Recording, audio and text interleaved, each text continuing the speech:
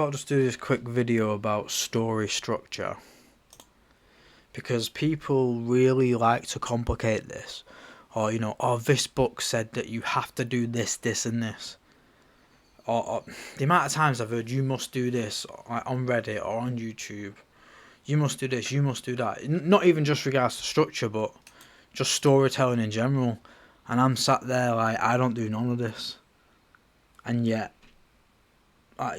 my main screenplay does well in competitions. But yeah, I just don't care about structure, mate. I just make it up and hopefully it works. To be honest with you, but just over time, just something that I've noticed is, I've said this in other videos, just start with a bang. So it could be like a battle or an action scene or whatever. Or if it's a slower story, have your big inciting incident in the first 10 pages. So long as you've got that, your introduction's fine. It's literally just one of those two, it's fine. And then people talk about acts, like a 3-act structure. So the way I think of that is just 3 distinct changes in the flow of the story.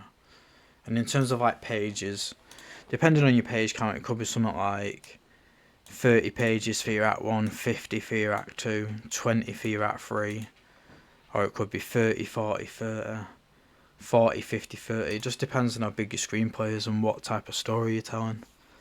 Usually act 2 is a bit bigger than the other 2.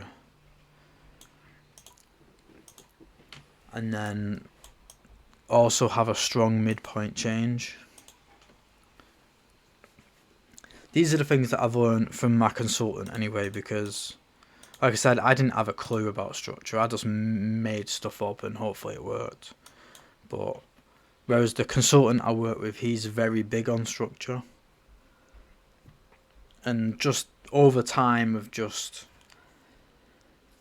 working with him and changing my stories with his feedback, these are just the 3 things that I've noticed. And it doesn't need to be anything more complicated than this.